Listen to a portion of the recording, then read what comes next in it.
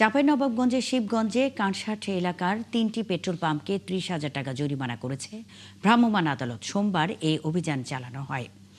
অভিযানের বিষয়টি নিশ্চিত করেন ভ্রাম্যমাণ আদালতের বিচারক ও জেলা প্রশাসক কার্যালয়ের সহকারী কমিশনার জাহিদ হাসান অনিক। তিনি জানান, জ্বালানি তেল মাপে কম দেয়ায় রাকিব পেট্রোল পাম্পকে 20,000 টাকা এবং তেলের রিজার্ভ ট্যাঙ্কের ক্যালিব্রেশন বই মেয়াদ উত্তীর্ণ হয়ে যাওয়ায় একই এলাকার সুমন ফিলিং স্টেশন ও নয়ন ফিলিং স্টেশনকে 5,000 টাকা করে জরিমানা করা হয়েছে। জ্বালানি পরিস্থিতি জানাতে দিনাজপুর থেকে যুক্ত হচ্ছেন সহকর্মী খালিদ আরাফাত। খালিদ, সংকট কাটাতে কি ধরনের পদক্ষেপ নেওয়া হয়েছে? স্টেশনগুলোতে জ্বালানি সরবরাহ কেমন দেখছেন? মুন্নি, যেটি হচ্ছে যে আমি আগে প্রথমে একটু বলে নিই যে শহরের ভিতরে কিন্তু প্রায় 15টি তেলের পাম্প বা ফিলিং স্টেশন আছে এবং সারা জেলায়, দিনাজপুর জেলায় কিন্তু রয়েছে প্রায় 95টি। তো সবগুলোতেই কিন্তু প্রচণ্ড রকমের সংকট দেখা যাচ্ছে। আমি কিন্তু প্রায় 3 থেকে 4টি যে তেলের পাম্প আমি ঘুরে, এখানে বর্তমানে আমি এখন ভবাইনগর এলাকায় রয়েছি।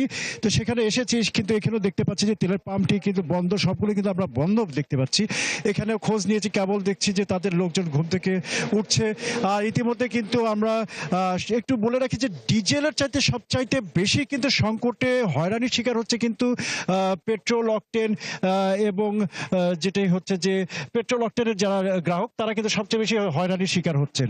তো সেই ক্ষেত্রে কিন্তু একটু যে বলে রাখি যে পেট্রোল অকটেনের এটি একটু কিন্তু অবাক করা বিষয় যে আমাদের দেশে কিন্তু যে পেট্রোল এবং অকটেনটা কিন্তু যে চাহিদার বেশিরভাগ অংশটি কিন্তু আমাদের দেশে উৎপাদন হয়, তারপরেও কিন্তু এই পেট্রোল এবং অকটেনের কেন সংকট হচ্ছে সেটি সাধারণ মানুষ বুঝতে পারছে না। আর যেটি হচ্ছে যে দিনাজপুরে যে জেলা প্রশাসন থেকে এই যে প্রতিদিনের যে বিশৃঙ্খলা, প্রায় প্রতিদিনই কিন্তু পাম্পগুলোতে প্রায় হাতাহাতি হচ্ছে, বচসা হচ্ছে, নানা রকমের বিশৃঙ্খলা অবস্থা তৈরি হচ্ছে।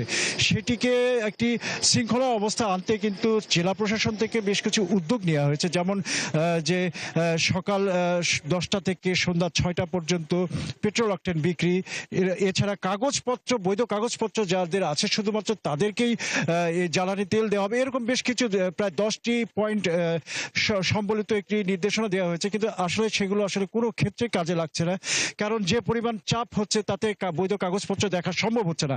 আরেকটি বিষয় হচ্ছে যে গ্রাহকরা বলছে যে পেট্রোল পাম্পগুলো যদি সবগুলো একই সময় যদি একযোগে পেট্রোল বিক্রি করে, তাহলে পাম্পগুলোতে চাপ কম হয়। কিন্তু এটিও মানা হচ্ছে না, যেটি এবং অনেকে কিন্তু জানতেও পারছে না কবে কোন পাম্পে কখন তেল বিক্রি হবে, সেটিও কিন্তু তারা আগাম জানতে পারছে না। তারা ঘুরে ঘুরে খবর নিয়ে তারপরে পাম্পে ভিড় করে বিশৃঙ্খলা অবস্থা তৈরি করে তাদেরকে রীতিমতো এই সব জ্বালানি তেলগুলো সংগ্রহ করতে হচ্ছে। তো এই সব কিছু মিলিয়ে এবং অফিস আওয়ারে কিন্তু লাইনে দাঁড়িয়ে, দীর্ঘ সারিতে লাইনে দাঁড়িয়ে এই যে জ্বালানি তেল সংগ্রহ করাটাও কিন্তু তাদের জন্য খুব হয়রানি, এবং এই রোদ গরম সবকিছু মিলিয়ে তারা একটি অতিষ্ঠ হয়ে আছে। মুন্নি, খালিদ আরাফাত সঙ্গেই থাকবেন। জ্বালানি পরিস্থিতি জানাতে দিনাজপুর থেকে খালিদ আরাফাত যুক্ত ছিলেন।